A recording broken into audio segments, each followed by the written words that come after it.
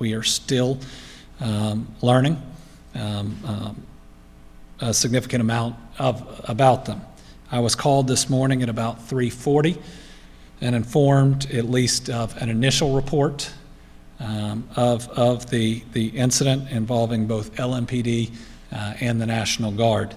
I've been in the office since 4:15 this morning, reaching out to different groups involved and calling for the Kentucky State Police to be involved with either an independent investigation or direct oversight of this investigation. The group that is on the ground from the Kentucky State Police is the group that investigates shootings in other police units across the state. They are the independent group that does this, and they are the only independent group that I have to directly call on to investigate. They have been there since very early. That investigation continues. My understanding is that there is significant camera footage, body camera and otherwise. And I have called the mayor of Louisville, and I have, through our law enforcement groups, contacted LMPD and asked them to release it as soon as possible. I know there's a little bit that they have to go through. I know that the officers would have been on duty for 10 plus hours, but I believe that the people of Kentucky deserve to see it for themselves. And I believe in seeing it can decide whether this was justified or whether it is cause for more concern. While I have been given basic facts, I want the people of Kentucky to be able to decide for themselves, to not have to rely on anybody else, especially at this time, and with the feelings that I know are out there. So my request is, let's put it out. Let's let people see it, because I believe that if the truth shows that there was an act of aggression, of firing upon LMPD and the National Guard, and shows the response, if folks believe that that's justified, that they will be able to accept the truth, but they've got to be able to see the truth. That's the very least that people deserve. Want to start?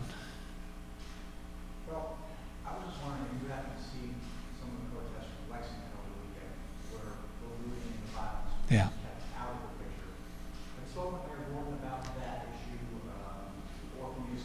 Yeah. So the protests in Lexington have been different and very different in tone and in tenor. There has been more of a coming together, certainly, in Lexington, and it's been uplifting to see. You've seen people still be able to express real frustration, but to do so in a peaceful manner and with a response that I think is in line with that. So you called for the release of that video as soon as possible. Did Louisville give you any indication that they'd be able to get it out by nightfall? Or I hope it's out long before nightfall, Mark. The question is, do we have any indication on when it'll get out there? I think it's really important for the truth to get out there, but I think it's also really important in ensuring that we don't have violence. If people can see it and know that good, bad, or ugly, we're being absolutely transparent about it. With folks right now giving voice to not trusting law enforcement. One of the most important things we can do to build that trust is to make sure that we are fully transparent right now about it. And if it bears out that actions were taken wrongly, I guarantee you we'll act, and we'll act strongly. Now, I've gotten reports, but I want to see it for myself just like everybody else does, and I've pushed as soon as possible. Tom. Governor, have you seen the email that Representative Booker sent out this morning shortly before this? You mentioned that he spoke to you. Mm-hmm. This incident happened like 5 miles from his house. Yeah. What was your conversation with him like, and what were you able to offer him? Well, I spoke to Representative Booker this morning. First talked about his incident with tear gas, wanting to make sure that he is heard with what he saw. And I think he ought to be able to raise issues related to that. and that, I believe that that everybody involved ought to listen to that piece. If tear gas was fired before curfew, we ought to fully understand the facts by it. And if it was done in a way that it shouldn't have been, we should learn from it, right? We should get better. And I think one of the sources of frustration, though again, I'm not sure I can give voice to it, is we have seen incidents like we've seen in Minnesota in the past, yet they keep happening. And so, I want to make sure that with regards to concerns in daylight hours with peaceful protests, if people haven't been treated right, we need to know. We need to be clear about it, and we need to learn from it. Morgan? Obviously, there's a lot of understandable skepticism about law enforcement's ability to police themselves. Can you talk a little bit more about this investigative team you put together? Who's on it, or what, how you're going to ensure that the results of their investigation can be trusted? So the question is, with skepticism out there about law enforcement, how they investigate themselves, this is the Kentucky State Police looking at a situation that occurred with both LMPD and the National Guard. My understanding is that KSP was not in any way involved in those issues. This is the team that does this, though. They do it statewide. They do it in different jurisdictions. This is the group that you'd call upon. And this is a group that I think will do it faster, and we'll get to the truth. But what I can tell people is I'm going to make sure that we get to the truth. And I hope people have seen that throughout, whether it's dealing with COVID or the rest, I'm willing to admit when the wrong things happen, and I'm willing to try to live up to it and to make change. We don't know that occurred here, and that's why I want people to see it for themselves, and they shouldn't have to just believe me. That's why I want to get that body camera footage out. I think everybody else does too. Admittedly, I'm adding a whole lot of pressure to it right now, but that's the right thing to do. Stefan, are you okay? I know you. Good. Thank you very much for asking about that. Can you address any concerns about outside agitators coming in? That's something we've seen in other cities. Yeah, the question is about the concern about outside agitators. Our protests have primarily been peaceful. And listen, you can be peaceful, but be aggressive in making your point. There are very different things between aggressively making your point, which is peaceful, and violence. But what we've seen, and we've even seen some footage, is some professional vandals. These are not the protesters. You see them in the full black tactical gear walking down a street, just smashing a hammer in every window, not trying to make any point, not even trying to take anything, but trying to create or incite violence, trying to turn, I believe, everybody against each other.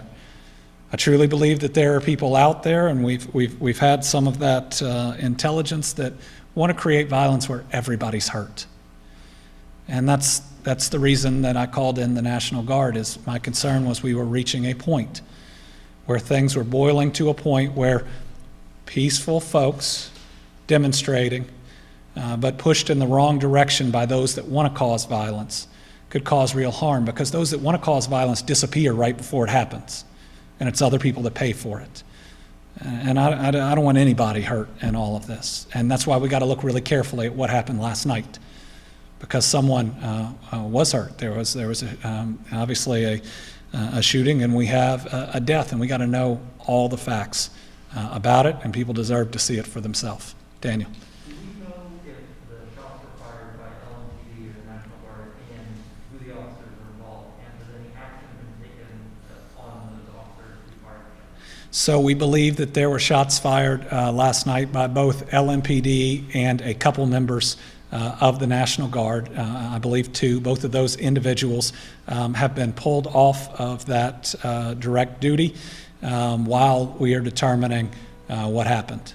So again, we want to make sure that we get all the facts. And this is a guard I called up. I want to make sure we determine exactly what and how, and then again, don't just tell people what we believe is a version of the facts, but to let them see it themselves. Joe. Do you believe the curfew was justified? I mean, a lot of people on the ground believe that police were instigating protesters instead of Well, I believe that the incident that was, it's not an incident. I believe that when folks went to 26th and Broadway last night, they were responding to a violation of the curfew. At least what I'm told, I don't think it was even a demonstration. I think it was a gathering. And again, we want to get to all the facts, but my understanding is that the conversations weren't even tense once people arrived. But that's when at least a shot, if not multiple shots, were fired on LMPD and the National Guard. But again, I want to make sure that we get all the proof of the facts and the ability for people to see the facts and me not just to convey ones that I've been told at this point. Do you feel that the curfew was justified? I mean, even outside of the shooting? I believe the curfew in Louisville has been important to trying to make sure that those that want to cause violence between groups don't have the opportunity to do it. What we've seen is them move in later at night. When we saw the first night, Thursday night, the first 3+ hours were peaceful. And then we saw a difference, and I don't believe that it was caused or created by those that were there for the first 3 hours. And what I'd say is I hear that folks don't believe that there should have to be a curfew or it's somehow stifling speech, but right now the whole world is listening. Whether it's because we are here, whether it is what you see on cable news, the whole world is listening.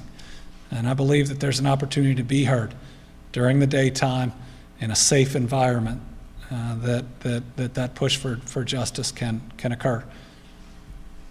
More? We've heard some people say that the choice of weapons that the National Guard was using may have been improper, and that firing those particular weapons that they were using in the range at which they were fired may have been improper. Do you believe that they were basically using assault rifles, 16s? I'm not an expert, but were they using the correct weapons, and are they, do you believe that they're properly training in handling those types of situations?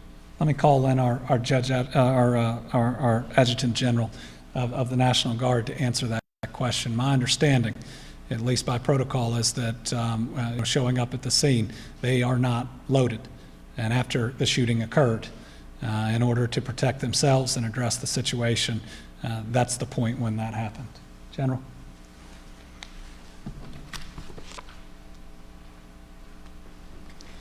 Thank you, Governor. As I believe I heard your question in reference to the appropriateness of the weapons that we had last night, that quite simply what we were carrying were small arms, both sidearms and a short rifle.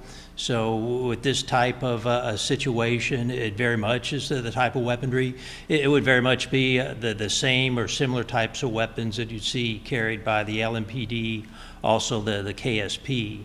And also an additional aspect to that, the primary force that we had out there is what we refer to as a NGRF, a National Guard Reactionary Force. And this is a mission that our units routinely train up for. The folks who have that mission right now, that they've had that mission for about 2 years at this junction. And there's a specific list of training requirements that they go through, everything from addressing various civil defense measures and the response to it, to weapons qualification, that they're qualified, each individual soldier and airman, on those weapons before they'd carry them out to this type of scenario, and then simply integrating ourselves with the appropriate organization. For example, over the past 72 hours, I've had frequent contact with both the LMPD chief of police and also the commissioner for the KSP.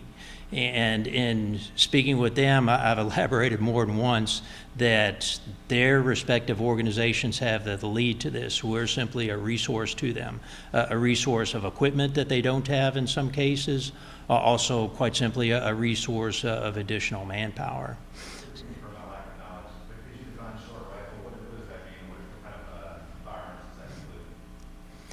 A Carb 15, are you acquainted with that? Well, I mean, it looked to me like they were using not particularly short rifles, but just like kind of M16s or something like that. This, if you will, is the up-to-date version of an M16.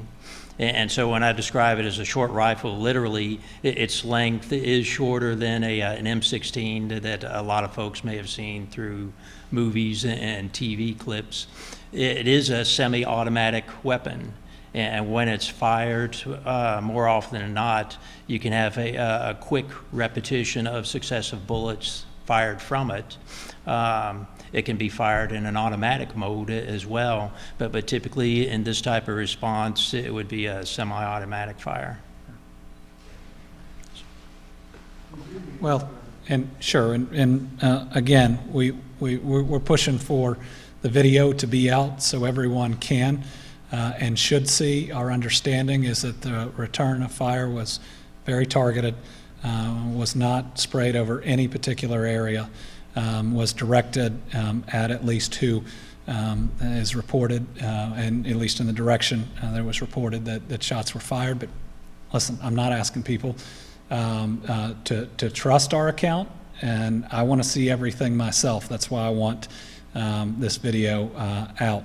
Had people fired recklessly, sadly, you would have seen more than one person that we see right now as being killed, and/or you would see someone being injured. I just want to be clear, so did you believe civilians fired shots at the National Guard and police? Yes. Every account that we have seen right now, including some of the social media video, is that LMPD and the National Guard were fired upon.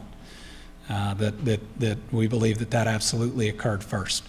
Now, the thing that I want the video to come out about, because I don't think that fact's in doubt, is the response and ensuring that it was appropriate and it was following the protocols that would keep both, at least what we believe happened is that the National Guard, the police, and the crowd that was still with them in part were all fired upon. Governor, you kind of alluded to this in response to a prior question, and this may be a difficult question to answer. Based on what you've seen, whether it's Louisville, anywhere in the country, is the heavy police presence escalating the situations, or is there already enough gas in the economy fires to where the police are really just Let me repeat that. It's the question is whether the heavy police presence is escalating it, and I think it depends on where you are. I believe that the situation in Louisville was escalating significantly between Thursday and Friday, and then reports of what we got and what we would see on Saturday were significant. And my belief was that it was going to escalate, not because of peaceful protesters, but that it was going to escalate significantly, and we were going to see significant violence. And that's something that I only had one opportunity to make a decision to prevent. I pray it was the right decision, and it's certainly not to silence anyone. Today, I hope I proved that by giving voice to the people the very closest to the desire for justice for Breonna Taylor. And if we can find ways to give people voice, whether it's right here, whether it's the podium that I normally use, whether it's others, we want to do that. And I don't want to stifle people's frustration either, or make it be said in a certain way. And people who are angry deserve to be angry, and they deserve to show the world the depths of their frustration.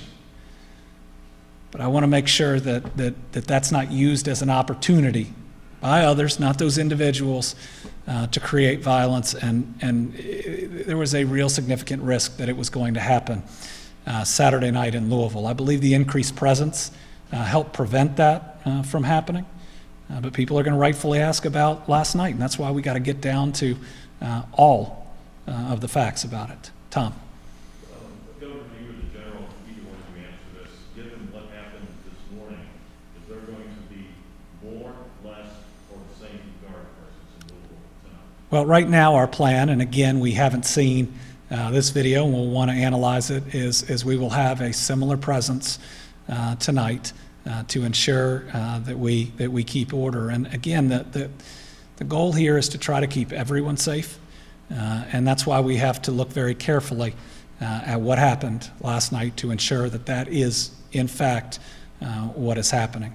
And I hope people will wait and see it for themselves, that if a crowd was in danger and LMPD and the guard was in danger by someone firing upon them, and that's what it shows, then I think people can understand that.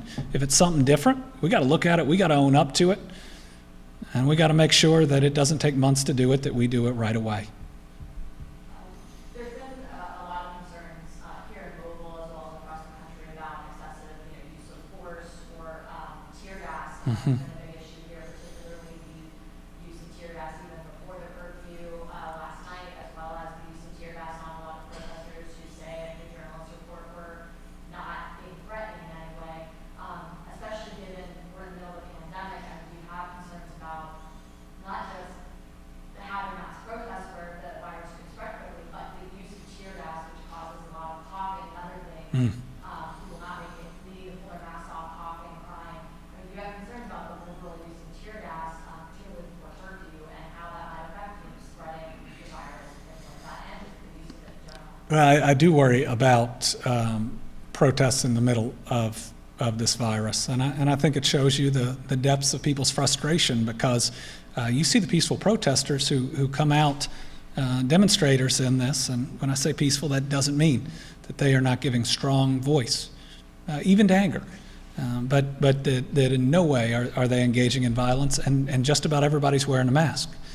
You don't see that in most protests that I've seen here in Frankfurt, and this is a community, our Black and African American community, that's been hit really hard by this virus. So I worry about it.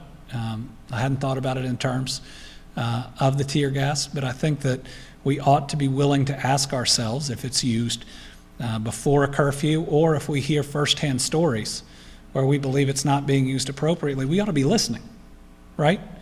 Because when it's used, it should be intended to quell violence, not situations that aren't. And I think that we ought to be willing to have an ongoing evaluation of how that is or is not working. And if there's been a situation where it was done wrongly, it may have been done because people misread the situation, it's okay to talk about it, right? In the course of everything else that's going around, while people might not forgive that, I think that they would at least appreciate hearing that people may have been doing the best they could, but might make a different decision looking back. And that's why I wanted to talk to Representative Booker and others that have been in harm's way about whether they think it was appropriate. We ought to be learning every day. That ought to be part of our culture and law enforcement and everywhere else. That doesn't mean that people didn't try to make the best decision they could in the moment they were in, but shouldn't we always be trying to make better decisions, especially in situations like this? Yeah, Daniel. First, do you believe that the LMPD officers that were involved in the terrorist attack should be fired, like the family is asking? And the second one is, you hold the highest elected office in Kentucky. You were the former chief law enforcement officer. You talked a lot about listening. What changes are you going to enact? Because there seems to be really demand for change. Yeah. Two different questions. And the first was, do I believe that the officers involved ought to be fired?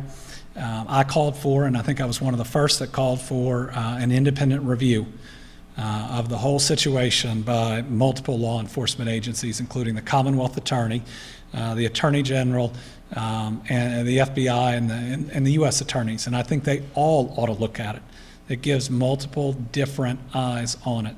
And at least in one officer's conduct and shooting through a window, I think that there are some major concerns there. But I believe one of the biggest issues is that the family feels like they haven't gotten all the information, right? That they haven't been communicated with, that things took too long, and you can hear it. You can hear the not just the loss, but the frustration from Mrs. Palmer. And then the second part of the question is, you're right, people are absolutely hungry for change. While we haven't seen, I haven't seen in my lifetime or certainly I've only been governor for about 5 months. What we're seeing now in our state, and I haven't seen it at this level in this country. This is not the first time that people have given voice to frustration about lack of true progress. When I became governor, one of my goals was to try to make Kentucky more equitable for everyone. We tried to build, and we continue to build, a cabinet that looks like the state that it governs, and trying to make sure that boards, commissions, and everything else, that we end inequality that we have seen on those and for those opportunities. We restored voting rights to a whole lot of Kentuckians. Disproportionately, they were African American, and that's because of inequality in our justice system. We rescinded that Medicaid waiver, which would have kicked a lot of people off their health care. A whole lot of them, African Americans living in Louisville, and those are just steps. There needs to be a lot more. We're seeing in COVID-19 that inequity in healthcare kills people. It kills people, and it doesn't just kill people in a worldwide pandemic, which we are seeing. It kills people every day. The reason that we're seeing disproportionality in our deaths in COVID-19 is that the healthcare system hasn't been there for so many individuals in our Black and African American community. So you see more diabetes, and you see more heart disease, and now people are dying because of it at a rate that is not acceptable in any way. And so I think it's time that we get our leaders, our African American leaders of these communities. There are leaders in this very area in the African American community, and let's get them in the same room with not just the governor, but those that pay in our system, the insurers, Medicaid. Let's get them with all of our major providers, our major hospital systems. And let's actually put those who can give voice to the type of steps that need to be taken to end this type of inequality with those that have the means to do it. Yeah. On the justice side, we need to do better. It needs to go everything from the very training on implicit bias. It's something that we're absolutely going to do in our Department of Criminal Justice training.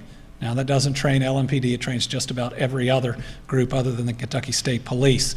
But it's something that all of our officers need to know and need to understand. We need to make sure that curriculum includes those that have suffered from it. That it's not people that look like me and that have never had to worry in the same way when there is an officer in a car behind you. It needs to be those that have actually suffered and can give voice, that can directly communicate and provide this type of training. We need to make sure that our incarceration rates don't continue the same way that they are, and that we don't have statutes that provide a harsher penalty for two similar crimes that break down very differently on race. We need to look to make sure that African Americans aren't getting a heavier sentence for the same crime. There's a lot that we need to do, and I don't have all those answers, but my commitment is to do everything that I can. Stefan? With all the damage we saw on Friday in this particular state, especially in Louisville, any regrets on that of calling in the National Guard a little earlier? The question is, with the damage done on Friday night, any regrets with not calling in the National Guard earlier? No. The Kentucky State Police was there. Certainly our hope was that Friday night would have not escalated the way that it did. If it hadn't, I wouldn't have called the National Guard in on Saturday. And I understand that there are many who are worried that you hear the military is in their neighborhood, and I can understand that, and it looks that way. I would remind people that the Guard are our neighbors. They are individuals that work in Louisville and Lexington and others, and when called upon, put on that uniform. They love Kentucky too. They feel like an outside presence, and in many ways they are, and certainly when they go to 26th and Broadway they are. But these are our fellow citizens that are trying to do what they can to keep the peace, and we're going to look at everything that happened last night to make sure that that's actually what they're doing. Morgan and then, and Thursday night shooting, we talked to the really victims from Thursday night, William Clark, and he said he was kind of in between police and a car, and then all of a sudden the shots were fired, and he was sitting in the angle. And he said no one has talked to him, asked him any questions, but he's not taking his total. they haven't asked him any questions? Right, he said he hasn't heard from him. Okay, well, obviously, that needs to be fixed. The question was, and I want to make sure everybody hears it, that an individual who was shot on Thursday evening in the ankle hasn't thus far been questioned by the police. And I don't want to make excuses for them. I don't know how their forces are deployed right now, but that's something that needs to happen. And if we can help with the Kentucky State Police, we are very willing to. He needs to be heard out, especially being injured that night. Is his the story of the person that helped him out, that he jumped in the car and? Yeah, he jumped in the car. Yeah. Took him to the hospital. The state police were around, and he said he made her, about he thought it was strange, Yeah. fire, and no one saw suspect. That's the first that I'd heard on the investigation side, but it does show you how amazing people are. That this individual who'd been shot in the ankle jumps in a stranger's car, says he needs help, and the guy doesn't pause. Takes him to the hospital. Those are the type of Kentuckians we are, and those are the type of Kentuckians that everybody out there is. Joe. I'm gonna ask a question, I think the answer person will be relatively short. Who actually made the call to 26 and Broadway? Was it a neighbor, a resident, a business owner nearby? And the second question I have is, were you on the call earlier with the president where you talked about how governors need to step up enforcement, calling some of them weak and saying that they need to dominate or quell demonstrations? The first part, I don't have the answer to that. I don't have that knowledge tonight. I was not on the call with the president that you're referring to. I was with the mom of Breonna Taylor, listening to her. Even knowing that there was a White House call right then, my job at that moment, and generally, is to listen. And when there's somebody in my office that has experienced that much pain, yet still wants to ensure that nobody else is hurt, I mean, they deserve my utmost attention, which they got. I'll have to read about that call, I guess. Anybody else? I want to make sure everybody gets the questions out they've got. I guess, first of all, do you know of or expect there to be a continuation of the curfew that expired this morning, and do you support the continuation of the curfew? And connected, or I guess I'll start with that and then follow. The question is, do I believe that there will be a curfew again tonight? I don't know, but I expect so.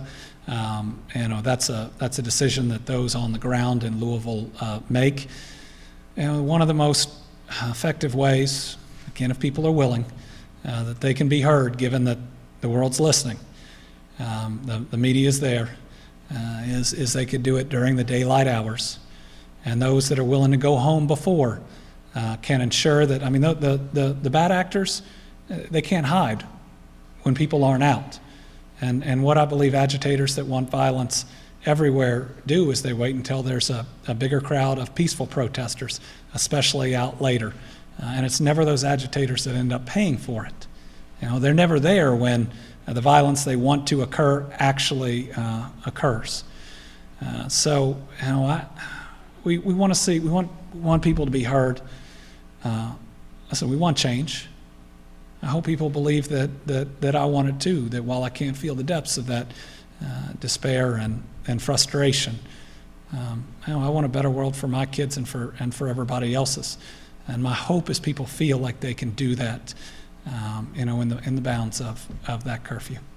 Follow-up, given, obviously, probably we may not have answers, at least for a couple of days, right, about what happened exactly with last night or this morning's early shooting. I hope that we have answers and details today as soon as possible about what happened last night. I don't want people to have to wait several days. That doesn't mean a full investigation will be completed, but I think it's very important to communicate with the public, especially with the tensions right now. Again, good, bad, or ugly, I think people deserve to know, and I trust people of Louisville and the people of Kentucky that if we're honest with them about it, that they will be able to process it in the right way if it was justified. Understanding, even if it's sad or a product of what we're seeing, and if it's not, knowing that this transparency is what people I hope are calling for, because it can mean immediate action behind it. Continuing with sort of the kind of status quo, same response to similar National Guard presence, possibly another curfew. Do you think that that's potentially creates the possibility of another, further tensions escalating, further incidents Well, that happened last night, especially since it sounds like the police wouldn't have been where they were if it weren't for the curfew? Well, my hope is that tonight will be very different, that everyone can evaluate approaches, that we can try to have more dialogue, whether that's seeing what we saw in Lexington, whether that's Miss Palmer being able to talk about her daughter right here. And I know it may be a small gesture, but I hope that someone in this pain, whose daughter that people are calling for justice for, being able to stand not just in this Capitol with the governor, but in the Supreme Court as well, sends the right type of message. And I hope, I'm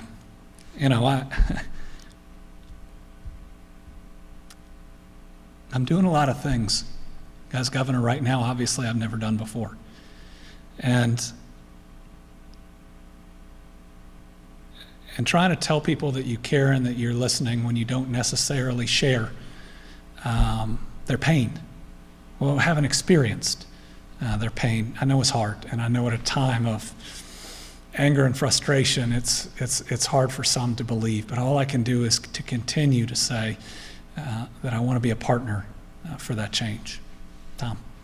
Governor, do you agree with Attorney General Barr that the outside agitators, especially ones from out of state, should face federal charges?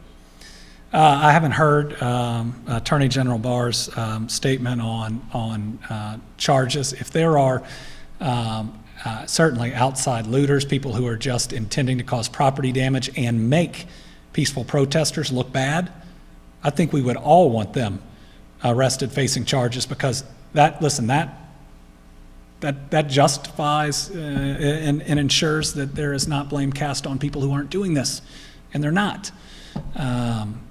But I've also heard him use phrases like left wing, and no, that's just not. Now's not a time for that. But let me tell you, I've dealt. I've seen, though only for a week, what these outside agitators are, and what they can do, and the fear they try to create, and the violence that they are willing to cause. And I want to make sure that doesn't happen to the people of Louisville. The question on the ground right now seems to be, why are they downtown with rubber bullets, but on the west end with real bullets? Well, my understanding, at least for the Guard, which is the only question that the only information that I have right now, is they were in the same posture they were the rest of the night, where their weapons were not loaded until they were fired upon. Yes. How do you feel about the way that Mayor Beshear has handled all of this? The question is how has the mayor handled all of it? I think he's trying. And I know that there are many that disagree. My hope is that everybody can have a constructive dialogue and can feel heard, and can really feel heard. I've tried to make as many calls as I can today to let people know that I'm listening and that I want to do the right thing, and listening to what the right thing is. And I believe that there's an interfaith group virtually right now that's going on that I imagine many of those voices are being voiced, and I want to make sure that that I'm listening. Yesterday, a coalition of pastors in West Louisville said that this type of thing is going to continue to happen throughout the years unless there is a substantial investment in West Louisville. Mhm. I think they probably mean the same for communities all across America. Right. But here we are in the country in the midst of a Another question is about a group of pastors led by Frank Smith, who I talked to this morning. Actually, I've been talking with him about our response to COVID, and took our call this morning. Listened to his words, told him what I know thus far, trying to keep him and others informed. And yes, there needs to be a substantial investment in West Louisville and Newburgh, and because that change needs to happen. So there's inequality in our justice system and healthcare, and certainly economically. And we were right on the cusp of making some major announcements. Friday we announced the award of MCO contracts. One of those companies is committed to creating 1,100 jobs in West Louisville, a substantial investment. Another, I think, is about to make a multi-million-dollar investment in West Louisville infrastructure. Now, our goal is to make sure, given that we have the amount of time, that we have job training in West Louisville for West Louisville residents to fill those jobs, that it's not just other individuals coming in to West Louisville to work. And we need to make sure that that job training is conducted in the community, that we use this opportunity of 1,100 plus jobs, of the completion of that building down there, as more than that. It can just be I don't want to say a spark given what we're dealing with right now, but a seed that grows really fast, but that we nurture, that we have the time, and we make sure that this, which has a possibility, I believe, to be transformational, that we follow through and seize that opportunity. Tom Blind released information a few weeks ago about the Ontario case, but it's been available for a while. Do you think that maybe this should have released it a little earlier to show the community and to be transparent? I don't know the reasons behind when information was or was not released. From my perspective, my practice is as quickly as possible. I have trust that the people of Kentucky, if you're honest with them, and you tell them that you want the truth, and they believe it, and you're willing to put it out there, and then explain it sometimes. That's certainly my practice, and that's what we want to happen with last night's incident. People deserve the truth, and I believe they deserve to see it and not just to hear it from me. Now, I believe there's going to be a lot of details that are coming out. I think they're going to be very specific. People deserve to be able to see what they're being told is true at a time when there's not a lot of trust. But I hope my commitment to getting it out and to getting it out fast will hopefully build some trust, at least here, given that I want to be a partner in this change. All right, we may have another update later. We will have information out about whether we're going to have our normal 4 p.m. Given the light of everything, or simply put out a release on where we are in our COVID numbers.